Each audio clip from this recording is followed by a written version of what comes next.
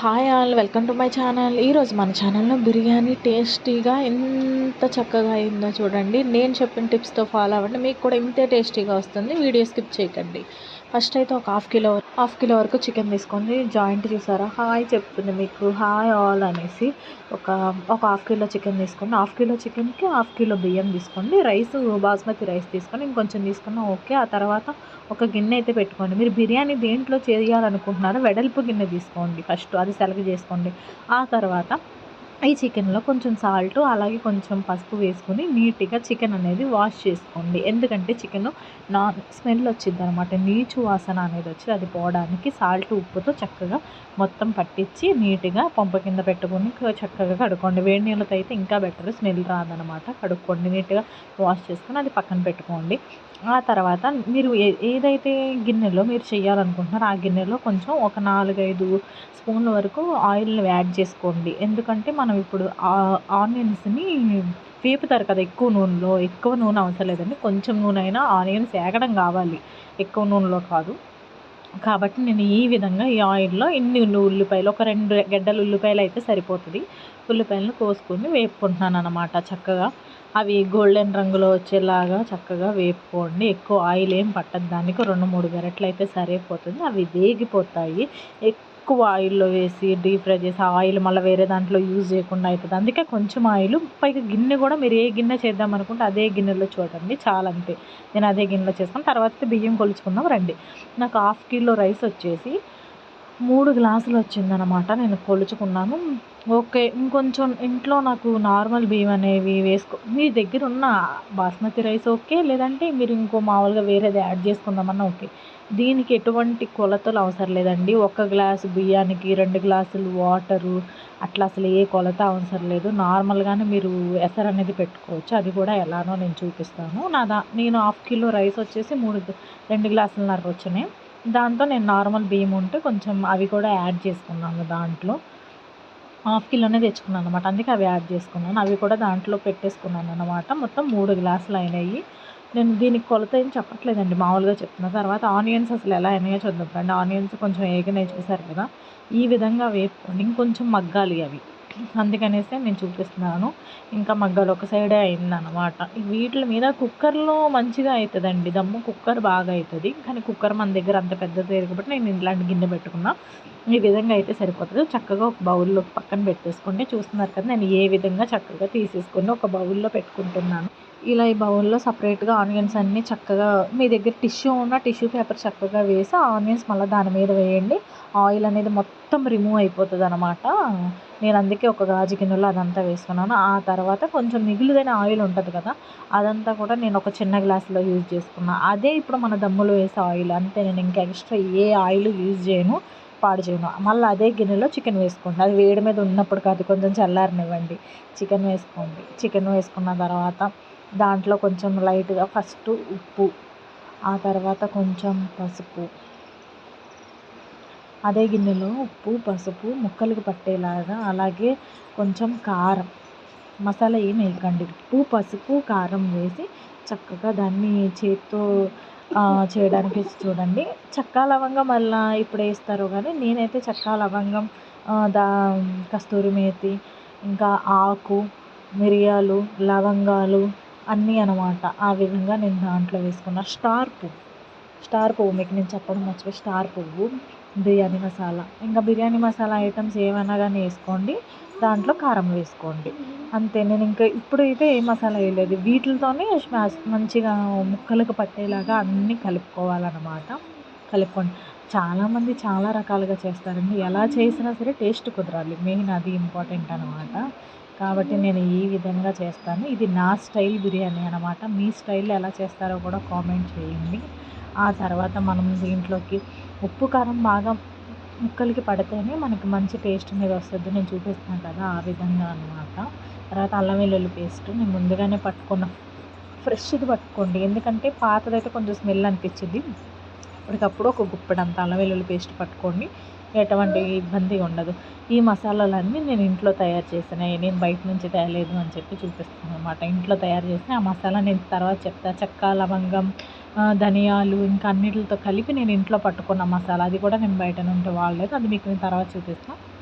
Chillies, పచ్చిమిర్చి, టమాటా, అలాగే ముందుగా మనం కోసి పెట్టుకుంటాం కదా ఆనియన్ మనం పెట్టుకున్నాం చూసారా తీసి పక్కన, ఆ ఆనియన్ వేసుకున్నాను, పుదీనా వేసుకున్నాను, అలాగే కొత్తిమీర వేసుకున్నాను. పుదీనా, కొత్తిమీర ఇంకా మీరు ముందుగా కోసి పెట్టుకోవాలి. ఇవన్నీ నేను చూపించలేదు మీకు. అన్నీ బిర్యానీ అంటే నార్మల్గానే కోసి పెట్టుకుంటాం కదండి, అవన్నీ వేసుకుని చక్కగా మగ్గేలాగా కలుపుకోవాలన్నమాట. ఆ తర్వాత మనకి ఈ విధంగా అనిపిస్తుంది, మొత్తం ఈ విధంగా అనిపించేది. ఇంకా కొన్ని ఆనియన్స్ అన్నీ వేసేయకండి, కొన్ని ఆనియన్స్ పక్కన పెట్టుకోండి. నార్మల్ పచ్చి ఆనియన్లు కూడా దాంట్లో వేయండి. వేసి చక్కగా మళ్ళీ ముక్కలకి మొత్తం అది పట్టేలాగా కలుపుకుంటూ ఉండండి అన్నమాట. మీరు ఎంత కలిపితేనే ముక్కలు అంత బాగుంటుంది. పెరుగు నేను ఇప్పుడు వేయలేదండి, మీరు చూస్తున్నారు కదా. కర్డ్ ఇవన్నీ నేను వేసిన తర్వాత వేసాను. కర్డ్ ఒక 3-4 స్పూన్లు వేయండి. కర్డ్ కూడా ఎక్కువ వేసుకోకండి, మసాలాని చంపేసిద్ది అనమాట. అంటే మసాలా టేస్ట్ మనకు తెలియదు కర్డ్ ఎక్కువ వేయడం. కొంతమంది కర్డ్ ఎంత తీసుకుంటారు, అట్లా వేయకండి. ఇంకా కర్డ్ కూడా 4 స్పూన్లు వేసి ఓకే ఏది కలిసి కలవనట్టు ఉండేలాగా నేను వేస్తాను అనమాట. ఆ విధంగా వేసుకోండి మీరు కూడా.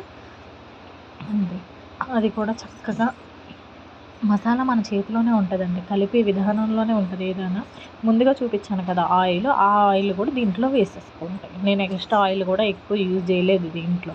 అదే ఆయిల్తో అదే విధంగా కలుపుకుంటున్నాను అన్నమాట. ఇంట్లో న్యాచురల్గా అయిపోతుంది. ఇంట్లో ఎక్కువ బయట తినే కంటే ఇది వచ్చేసి ఒక ముగ్గురు తినొచ్చు అనుకోండి, 3-4 తినడానికి చాలా మంచిగా అనిపించిందండి. ఆ లెగ్ పీస్ ఎప్పుడు ఉడుకుతుందా, ఎప్పుడు తిందామా అన్నట్టే ఉంది నాకైతే కనుక.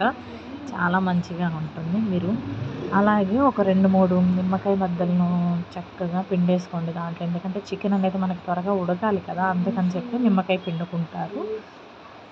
నిమ్మకాయ ఆ విధంగా పిండుకోండి. పిండి మళ్ళీ దాన్ని కూడా చక్కగా ముక్కలు కలపాలి కదండి. పైన పిండితే మనం కలవదు, మళ్ళీ కలవాలి. గింజ పడిందని నేను తీసేసాను. మళ్ళీ చక్కగా కలుపుకోండి. ఆ తర్వాత నేను వాటర్ వేసుకున్నాను. ఎందుకంటే మొత్తము దమ్ములోనే ఉడకాలంటే ఉడకదండి, ముందు ఉడకబెట్టుకోవాలి దీన్ని. అదే అందరూ చేసే మిస్టేక్. కొన్నిసార్లు వీడియోలో చూపిస్తారు కానీ అవ్వదు. ఎందుకు అవ్వదంటే కింద ఇక్కడ వాటర్ ఉండదు, మాడిపోవడం అట్లా జరుగుతుంది అన్నమాట. అందుకనేసి వాటర్ పోసుకోండి. నేనైతే ఒక పెద్ద లోటా వరకు వాటర్ పోసుకున్నానండి. అంటే ఇన్ని మిల్లీ లీటర్లు నేను చెప్పలేను, ఒక లోట వరకు వాటర్ పోసుకొని చక్కగా దాన్ని మంచిగా అటు ఇటు కదిపి దాని మీద మళ్ళీ పుదీనా, కొత్తిమీర ఇంకున్నవన్నీ చల్లుకున్నానండి. ఇంకా చికెన్ కర్రీలా అనిపించేసింది. ఒకసారి టేస్ట్ చూసుకోండి, ఉప్పు కారం అన్నీ సరిపోయినాయో చూసుకొని స్టవ్ మీద పెట్టేసుకోండి. నాకు అన్నీ సరిపోయినట్టు అనిపించినాయండి. అందుకే నేను చక్కగా స్టవ్ అంటించేసుకొని దాని మీద ప్లేట్ పెట్టేసి మూసేసుకున్నాను అనమాట. అది చక్కగా ఉడకాలి. హైలో పెట్టుకున్నా సరే, సిమ్లో పెట్టుకున్నా సరే ఉడకాలి. తర్వాత ఇప్పుడు మనకి రైస్ దమ్ పెట్టుకుంటున్నాం అనమాట. రైస్ ఉడకాలి కదండి, దానికోసం అని చెప్పి నేను దీనికి ఏ కొలత లేదు, మీ ఇష్టం. 1/2 కిలో కాబట్టి దానికి సరిపడా గిన్నె పెట్టుకోండి. ఎన్ని కావాలంటే అన్ని వాటర్ పోసుకోండి. అంతే. ఇన్ని గ్లాసులు వీటికి ఎన్ని గ్లాసులు వాటరు, ఇన్ని బియ్యానికని ఏం లేదు. ఫస్ట్ చూస్తున్నారు కదా ఆనియన్, పచ్చిమిర్చి నార్మల్గానే, ఇంకా చెక్క, లవంగం, జాపత్రి, పుదీనా, అల్లం అన్నీ దీంట్లోనే. ఒక్క స్పూన్ ఆయిల్ అన్నీ వేసుకోవాలన్నమాట. దాంట్లో అయితే ఎలా వేసామో అన్నీ దీంట్లో కూడా కొన్ని వేసుకోండి, ఎక్కువ కాదు. ఓన్లీ ఇది మనం రైస్ మగ్గడానికే కదండి, అందుకని చెప్పి కొన్ని ఎసరులాగా పెట్టుకోండి. అన్నీ చూపిస్తున్నాను కదా మీకు, అన్నీ ఆ విధంగా వేసుకున్నాను. నేను ఒక స్పూను ఆయిల్ కూడా దాని మీద వేసుకున్నాను, ఎందుకంటే మగ్గాలి కదా ఇవన్నీ ఆయిల్లో, ఆ ఫ్లేవర్ అనేది రావాలి, అందుకనే తర్వాత బియ్యం శుభ్రంగా కడిగేసుకొని పక్కన పెట్టేసుకున్నాను. మీరు కూడా శుభ్రంగా కడుక్కొని ఈ విధంగా నీరు లేకుండా పక్కన పెట్టుకోండి. నేను ఇందాక పెట్టిన మసాలా చూస్తున్నారు కదా, ఈ విధంగా ఉడుకుతుందన్నమాట. ఈ విధంగా ఉడికించుకోండి చక్కగా, అడుగంటకుండా సిమ్లో పెట్టుకోండి. మెల్లిగా ముక్క అంతా ఉడికేలాగా పెట్టుకోండి. ఈలోపు ఇది కూడా రెడీ అవుతుంది, చూపిస్తాను. మళ్ళీ మూత పెట్టండి, ఎక్కువసార్లు మూత తీయకండి, చక్కగా మగ్గుతుంది అది. ఈ విధంగా చక్కగా మెత్తగా ముక్క ఉడికిపోద్దండి. ఆ మసాలాలు అన్నిట్లో చికెను అట్లానే తినేయొచ్చండి వైట్ రైస్లో. ఇది కొంచెం ఎసరు వచ్చింది కదండి, కొంచెం పొంగినట్టు అనిపిస్తుంది. పొంగే వరకు ఏం వెయిట్ చేయవసరండి, కొంచెం ఉడికింది అనిపించింది నాకు. అందుకే నీళ్ళు మసిలే వరకు ఏం ఉండవసరం లేదు. ఆ బియ్యం దాంట్లో వేసుకోండి, ఎందుకంటే మనం ఇవన్నీ వేసాం కదా, అవి వీటితో పాటు ఉడకాలి తప్ప వాటర్లో ఉడకకూడదు. ఆనియన్స్, పచ్చిమిర్చి ఇవన్నీ. అందుకే రైస్ వేసేసుకున్నాను అనమాట నేను. రైస్ ఇప్పుడు ఉడుకుతుంది, మూత పెట్టేసుకోండి. ఒక 5 నిమిషాలు ఆగిన తర్వాత ఈ విధంగా చక్కగా ఇప్పుడిప్పుడే ఎసరు వస్తుంది అనమాట. దాంట్లో ఒక నిమ్మకాయ బద్ద పిండుకోండి, ఎందుకంటే రైస్ ఉడకాలి కదా, పొలుగ్గా ఉంటుంది, వైట్ వచ్చింది అనమాట రైస్. అందుకే ఒక నిమ్మకాయ బద్ద పిండుకోండి, అంతే చాలు. చక్కగా మళ్ళీ వాటర్లో కలిసేలాగా ఈ విధంగా తిప్పుకోండి. ఆల్రెడీ ఉల్లిపాయ టమాటో అన్నీ ఉడికినాయి. ఈ రైస్తో పాటు ఉడికితే అదొక టేస్ట్ అండి. అందుకే ఈలోపు మీకు ఈ మసాలా చూపిస్తాను రండి. ఈ మసాలా ఈ విధంగా ఉడికింది చూసారు కదా, చక్కగా ముక్కంతా మగ్గిపోయింది అదే మసాలాలో అనమాట. మంచిగా అయ్యింది, ఒక కూర వండుకున్నట్టేనండి అంతే. కానీ కొంచెం ఎక్కువ వేసుకోవాలి, ఎందుకంటే రైస్ వేస్తాం కాబట్టి దానికి దీనికి దమ్ములా అనమాట. చూస్తున్నారు కదా, రైస్ కూడా చక్కగా ఉడికిపోయింది, బాగా పొంగొచ్చింది. చూపిస్తాను చూడండి ఏ విధంగా ఉడకాలో. చూస్తున్నారు కదా, బాగా ఉడికిందనమాట, మంచిగా అవుతుంది. కానీ అంటారు చూసారా 70% ఉడకాలి అని చెప్పేసి, అది అయ్యింది. చూసుకోండి, దీంట్లోనే చాలామంది డౌట్ పడతారు అనమాట, ఉడికిందా లేదా అని. కొంతసేపు మెత్తగా అయిపోయిన తర్వాత, ఇదే బిర్యానీలో మెయిన్ పాయింట్, 70% ఉడికిన తర్వాత రైస్ కంపల్సరీ దాంట్లో వేసేయాలి, లేదా అది దమ్మే కాదు, అవ్వదు, మెత్తగా అయిపోద్ది, చివిడిపోద్ది, బాగోదనమాట. అందుకనే వేసుకోవాలి. నేను రైసు 2 పొరలుగా వేసాను అనమాట. ఒక చేతిలో ఫోన్ ఉంది కాబట్టి అవ్వట్లేదని చెప్పేసి పూర్తిగా వేసినాక నేను మీకు చూపిస్తున్నాను. ఈ విధంగా మొత్తం దాంట్లో వేసి కొంచెం ముందుగా మనం ఉల్లిపాయ పెట్టుకున్నాం కదా, ఉల్లిపాయ, కొత్తిమీర, పుదీనా అన్నీ కొంచెం కొంచెం వేసుకుంటా మొత్తం వేసేసాను. ఆ వీడియో ఫోన్ ఉంది కాబట్టి తీయలేదు. ఇది వచ్చేసి ఫుడ్ కలరు, మీ దగ్గర ఇష్టం ఉంటే వేసుకోండి, లేకపోతే స్కిప్ చేసేయండి. కలర్ఫుల్గా ఉంటుంది బిర్యానీ, అందుకనే ఫుడ్ కలర్ వేసుకున్నా. దాని మీద కొంచెం కొత్తిమీర చల్లుకున్నానండి, అంతే. ఇక మూత పెట్టేసుకోండి, కరెక్ట్గా టైం పెట్టుకోండి. 10 అంటే 10 నిమిషాల్లో దాని మీద ఫుల్గా, నేను ఇందాక ఎసరు పెట్టుకున్న దాంతో ఫుల్గా వాటర్ పట్టేసుకున్నాను. ఈ విధంగా వాటర్ పట్టేసుకుని దాని మీద పెట్టుకున్నాను. 10 అంటే 10 నిమిషాల్లో కరెక్ట్గా అయిపోతుంది. ఒక్క 3 నిమిషాలు దగ్గరుండి హైలో పెట్టుకోండి, తర్వాత 7 నిమిషాలు కూడా సిమ్లోనే పెట్టుకోండి.